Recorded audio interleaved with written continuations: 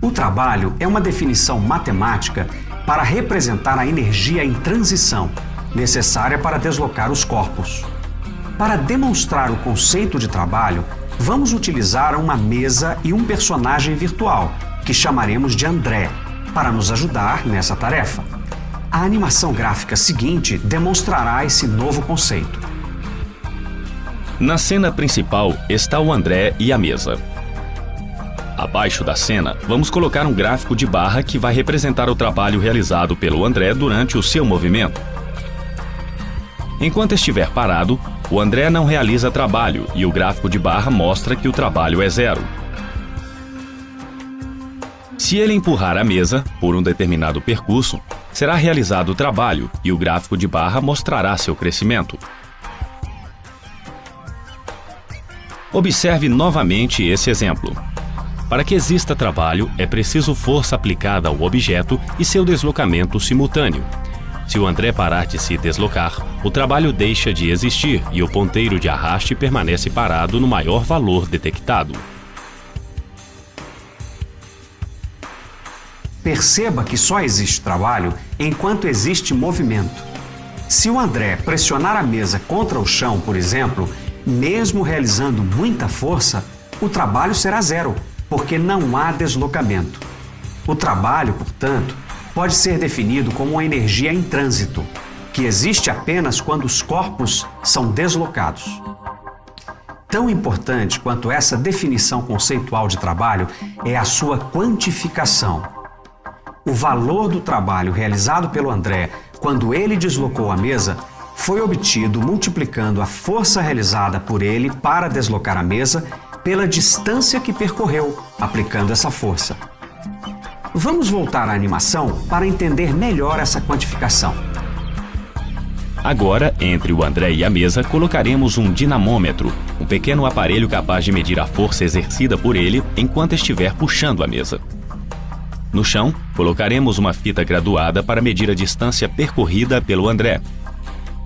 Agora faremos o André puxar a mesa.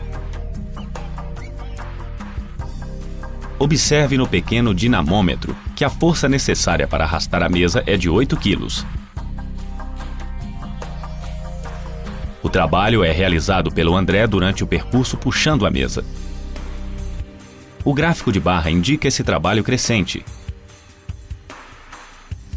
Ao fim do percurso, observe na fita graduada que o André percorreu uma distância de 5 metros. Com essas duas grandezas, a força e a distância percorrida, podemos calcular o trabalho. Mas ainda precisamos conhecer as unidades dessas medidas para que exista lógica com os padrões estabelecidos mundialmente. Para calcular o trabalho em qualquer situação, é muito importante conhecer as unidades das grandezas envolvidas no processo. A força, no Sistema Internacional de Unidades, é determinada em Newton e não em quilo, como estamos habituados a tratar, e como o indicador do dinamômetro apresentou.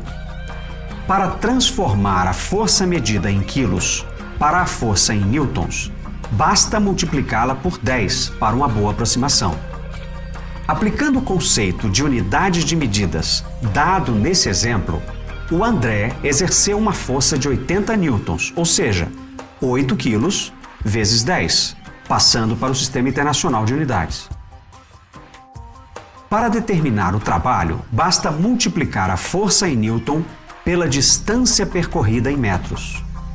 Nesse caso, 80 newtons vezes 5 metros, que é igual a 400. A unidade de trabalho no Sistema Internacional de Unidades é o joule. Portanto, temos, nesse exemplo, a realização de 400 joules de trabalho. Veja novamente no exemplo. O André desloca a mesa aplicando força sobre ela. A força é de 80 newtons, ou 8 quilos, como mostra o dinamômetro.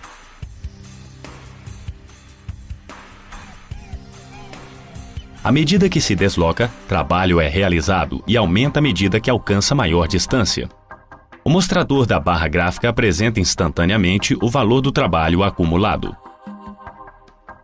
Ao final do percurso de 5 metros, o trabalho total realizado é de 400 joules.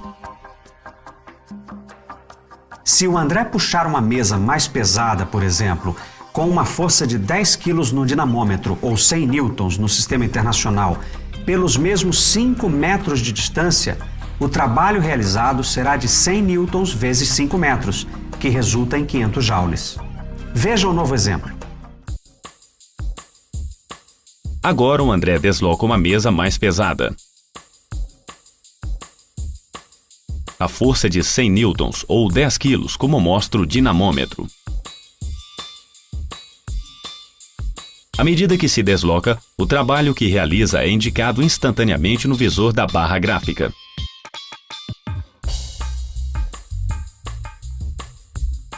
Ao final do percurso de 5 metros, o trabalho total realizado é de 500 joules e não os 400 da animação anterior.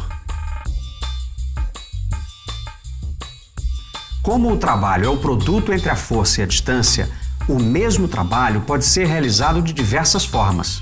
Por exemplo, se aplicarmos uma força de 20 kg ou 200 newtons por um percurso de 2 metros, também obteremos um trabalho de 400 joules. Se aplicarmos uma força de 40 kg ou 400 newtons por um percurso de 1 metro, também obteremos 400 joules. Se aplicarmos uma força de 400 kg ou 4.000 newtons por um percurso de 100 milímetros ou 0,1 metro, também obteremos os mesmos 400 joules de trabalho. Esse conceito de trabalho é importantíssimo para entender como a potência é determinada. Para determinar a potência é preciso introduzir uma nova variável ao problema, o tempo, o que é muito simples. Vamos ver o primeiro exemplo novamente, aquele em que o André realizou 400 joules de trabalho, mas agora introduzindo o tempo no experimento. Bem, o André puxou a mesa por 5 metros, exercendo sobre ela uma força de 8 kg. Um tempo adequado para realizar essa tarefa é de aproximadamente 10 segundos. Veja.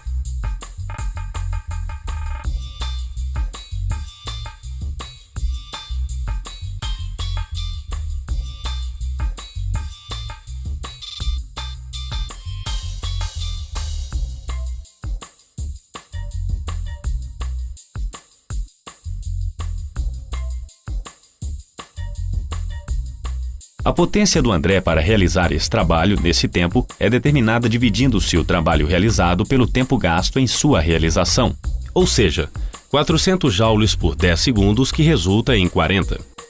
A unidade resultante da razão entre joule e o segundo é o watt, no Sistema Internacional de Unidades. Portanto, o André desenvolveu uma potência de 40 watts para puxar a mesa.